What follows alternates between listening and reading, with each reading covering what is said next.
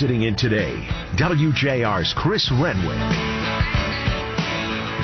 All right, welcome back. So we got word this morning, just a bit ago, that Michigan Governor Gretchen Whitmer is expected to announce plans to relax additional COVID-19 restrictions later on this week. And I got to say, I'm not totally surprised by this, because I told you Monday that I believed, and still do, that now that the CDC has come out and said, look, if you're fully vaccinated, you're good. You don't need the mask. You don't need to socially distance. And so that's where we're in the situation where we're in now, where you look at it and go, okay, now what do we do then from here? We just created this Vacc to Normal plan a couple of weeks ago.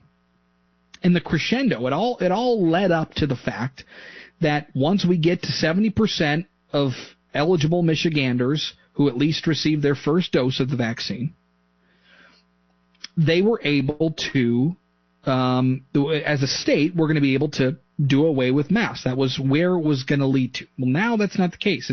We've Quentin Tarantino'd this thing. We've already went to the end, and we got rid of it. We're good. So it left all of those steps in the middle kind of in flux. What do we need them for? If you got people now running around without masks, then why can't you have 100% capacity at a restaurant or a bar? Why do we need an 11 o'clock curfew? So these are all the questions that I think we talked about Monday. I told you it was kind of going to be nonsense at this point. Now we're in a situation where we get word that the governor is going to relax some of these restrictions. Helping us breaking it all down, Michigan Senate Majority Leader Mike Shirkey joins us this morning. And Senator, I was a little bit caught off guard by the news today. I don't know that we expected this morning, but the governor coming out saying that, or at least later on this week, that some of these restrictions are going to be relaxed. What are your thoughts? Well, we had a conversation earlier in the week, and I simply asked, she alluded to that in our meeting, and I said, well, why don't we just open up tomorrow? Right. And the answer was, well, we got to work through this. And I said, well, what science is there to suggest that we should continue it? And there was a loss for a response to that particular question.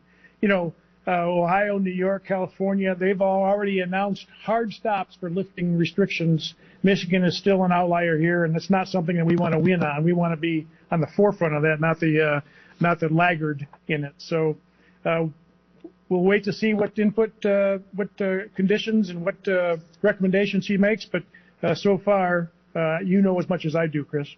So you haven't had any conversations, you or your leadership in the Senate or in the House, as far as you know, haven't had any conversations with the governor about her next steps here? As 11:40 this morning, we have had no conversations with the governor or her staff on the terms and the considerations for lifting. And I hope that changes this afternoon. But as of right now, there's been no conversations whatsoever. So you've got no meeting set up with the governor or her staff?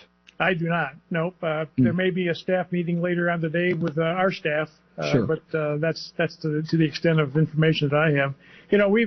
We've got many weeks now, 39 straight days of declining numbers. The CDC has surprised everybody last week by completely did a 180 on their mask requirements, which leads one to believe that they're also leaning in the direction of it's unnecessary to continue to have emergency orders. And what we're pressing for, not just what are the changes and restrictions, but I want to know, and the public deserves to know, what are the metrics that are going to lead us to actually lifting the emergency order. And I think that is the essence of the question today. Yeah, I agree, because as we've gone on now for months and over a year, the emergency order has been kind of a catalyst in how everything is done at least in the executive branch of government in Lansing. And so where do we go from here? What's the next steps in this? When do you expect that to expire and come to an end? That's precisely the question we asked yesterday, and again, we didn't get a very robust answer. But that really is the essence, because until the emergency order is lifted, citizens of Michigan and business owners of Michigan and so forth have to still wake up every morning and wondering what new orders are there in place because the emergency order still kind of lingers as a low cloud over everybody's head. And I think that now everybody now understands what they need to do to stay safe. No business is going to put their employees, their customers, their suppliers, or their families at risk. They all now know what to do, and we should inform, inspire, encourage, and trust people now going forward to do the right thing. And we've been clanging that bell now for a number of months, and I'm hoping that we're approaching that point. Yeah, and one of the questions that I was going to ask you earlier, we talked about the vaccination efforts here in the state of Michigan, and believe me, I'm all for it. I think that you should get vaccinated if you consult with your doctor, and that's what your doctor thinks is best for you. Now, with that being said, we've had a whole heck of a lot of people in this state who've had COVID-19 and recovered, you being one of them. So there are a certain level of natural antibodies that you acquire after fighting this virus and then beating it. How long those continue to linger and at what strength they continue to persist in your body are some of the questions still that are out there.